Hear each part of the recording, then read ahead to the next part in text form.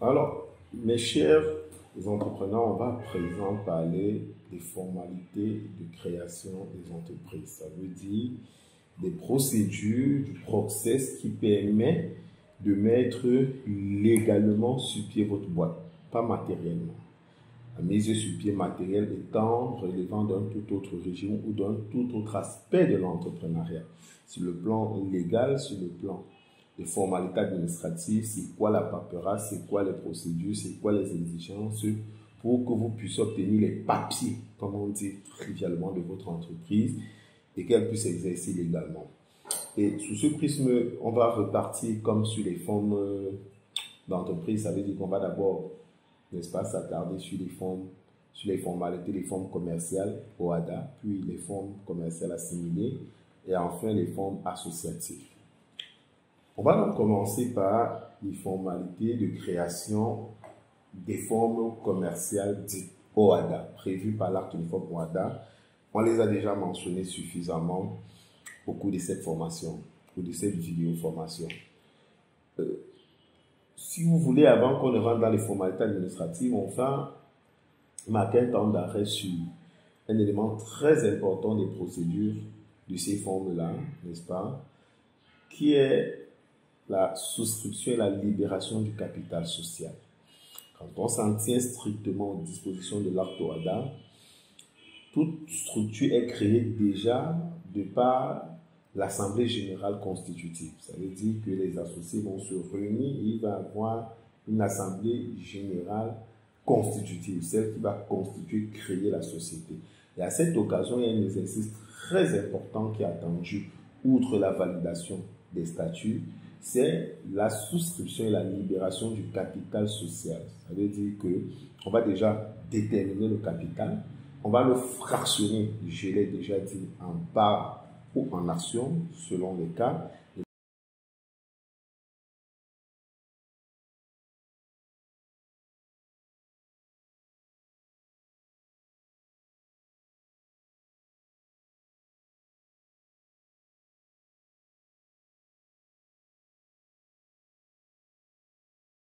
Du capital. Mais dans un cas pluripersonnel, il y a mise à disposition. Et reprenant le schéma de tout à l'heure, si on est sur un capital de 1 million de francs, divisé en 100 fractions, 10 000 la fraction, 10 000 la part, ben, si nous sommes 4 associés, à chacun de se prononcer.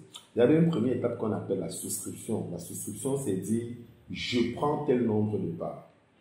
Sur ces 100 parts disponibles, mises à disposition, mises en jeu, si vous voulez même, je prends 10, je prends 20, je prends 50. Cela permet de savoir le niveau de copropriété de chacun, le pourcentage de possession du capital de chacun et surtout la somme à libérer.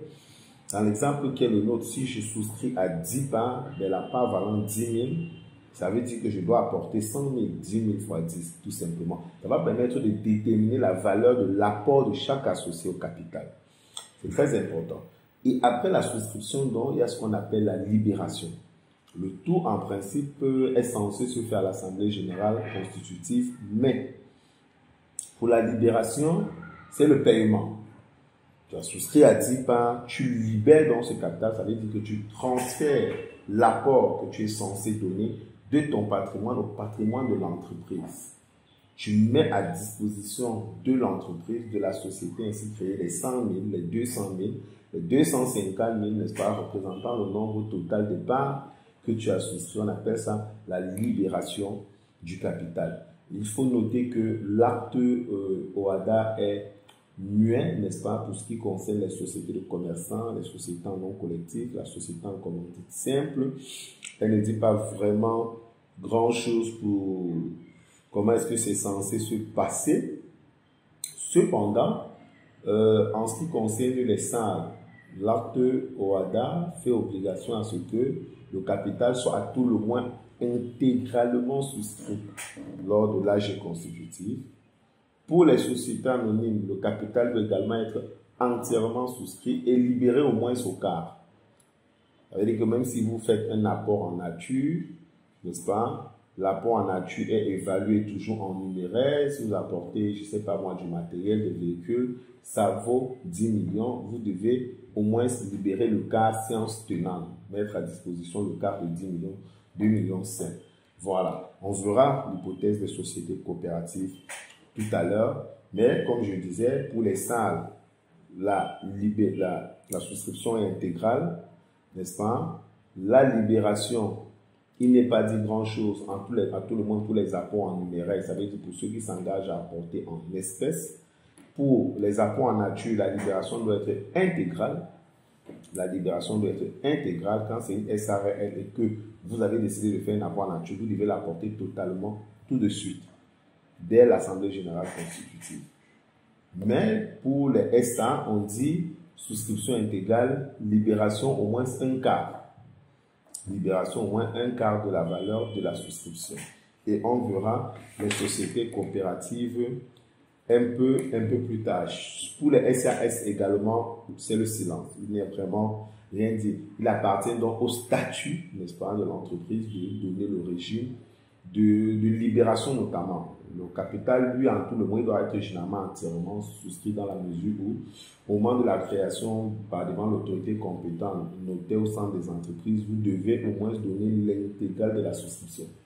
Vous devez donner l'intégralité, ça veut dire citer toutes les personnes, tous les associés, n'est-ce pas, qui ont souscrit, le nombre de parts souscrits, et l'ensemble doit correspondre à la totalité des parts. Donc, la pratique résout ce problème dans le sens où, pour toutes les formes de société, au final, la souscription, au moins, doit être intégrale. Maintenant, la libération, je l'ai dit, intégrale en nature dans les salles, silence sur les numéraires, quart de la valeur chez les sociétés anonymes. Si ces précisions ont été faites, on va attaquer maintenant les formalités purement administratives. En ce qui concerne ces mêmes sociétés commerciales, vous devez retenir qu'on a deux régimes. On a le régime du notaire et on a un régime qu'on va appeler hors notaire, tout simplement.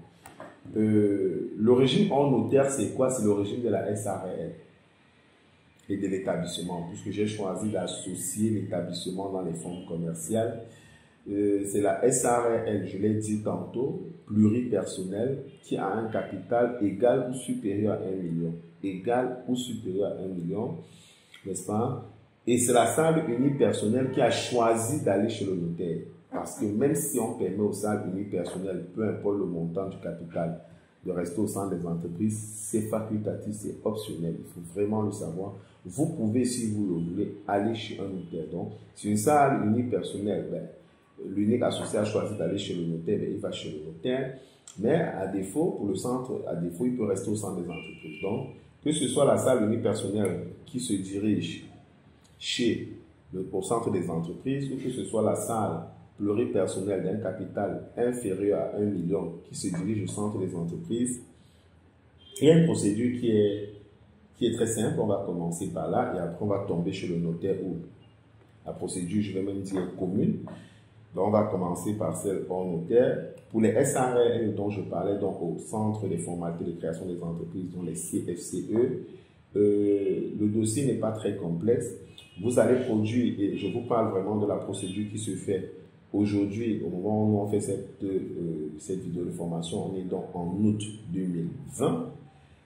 Il faut noter quand même qu'il y a un peu de différence de procédure ici et là dans les CFC. C'est un problème qu'on va peut-être adresser à la fin de cette vidéo pour que ça touche les autorités éventuellement. On attend toujours l'uniformisation des procédures. Mais si vous êtes par exemple à Yaoundé ou à Douala, où moi, mon cabinet a très souvent été appelé à se mobiliser, c'est très simple. Vous devez venir avec la copie de vos statuts. Forcément, vos statuts doivent respecter un ensemble de prescriptions, d'exigences dans la rédaction, dans le fond, n'est-ce pas? Il faut se rapprocher d'un spécialiste, d'un conseil. Si vous êtes dans le bâtiment, voyez un juriste, voyez un professionnel pour vous monter vos statuts. Toujours est-il quand les statuts ont été montés, n'est-ce pas? Suivant les exigences du centre des entreprises, vous avez dans les statuts, vous avez la photocopie de la CNI de tous les associés. Si un des associés gérants, vous produisez la photocopie de sa CNI x2, donc une CNI en qualité de gérant, une photocopie de CNI en qualité d'associé, et vous produisez un plan de localisation, n'est-ce pas, de votre structure qui peut être parfaitement dessiné à la main. Voilà, avec ce plan de localisation, les photocopies des CNI, une copie des statuts, avec ces trois éléments, vous allez remplir un certain nombre de formulaires là-bas, notamment la déclaration sur l'honneur, les formulaires du registre de commerce, n'est-ce pas, la carte de contribuable, vous allez remplir un certain nombre de formulaires là-bas. Et toute cette paperasse se présente et remplie, ou présentée et remplie. Il y a des frais. Les frais, ça va se passer comment? C'est que pour les sociétés, il y a d'abord 55 000 pour le registre de commerce. Ça, c'est fixe, 55 000 pour le registre de commerce. C'est un peu moins, mais bon, on arrondit. Ça, il faut le préciser. Il y a 55 000 pour le registre de commerce. Et il y a les frais de timbre. Il y a les frais de timbre. Alors, comment ça se passe? C'est ici qu'on a un gros problème entre Douala et Yaoundé. Et moi, je vais adresser ce problème réellement ici, en espérant que ça touche les autorités.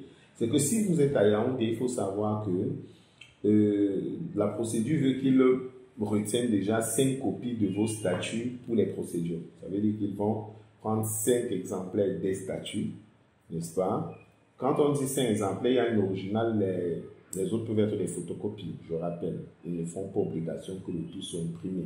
Il peut y avoir une mouture imprimée, le reste c'est parfaitement des photocopies. Toujours est-il, ils vont prendre 5 copies qu'ils vont apparemment garder dans la procédure, plus un nombre de copies égal aux associés. Ça veut dire que si vous êtes 3 associés dans votre salle, ben, il y aura d'abord 5 copies des statuts, plus 3 autres copies qui vous seront remises. Ça va faire en tout 8. Et pour chacune de ces copies, il y a un timbre par feuille. Par feuille, pas par recto verso. Par feuille. Ça veut dire que si vos statuts sont 5 feuilles, on va faire 5 feuilles fois 8. Ça va faire 40 feuilles. Fois 1000 francs, ça va faire 40 000. Plus les 55 000 du registre du commerce, ça va donc faire 95 000. Voilà l'ensemble des frais légaux. Le reste, c'est les photocopies, les imprimés, les petits tirages. Mais les frais officiels seront donc 95 000 calculés sur cette base avec la paperasse dont j'ai parlé et votre dossier est parfaitement déposé.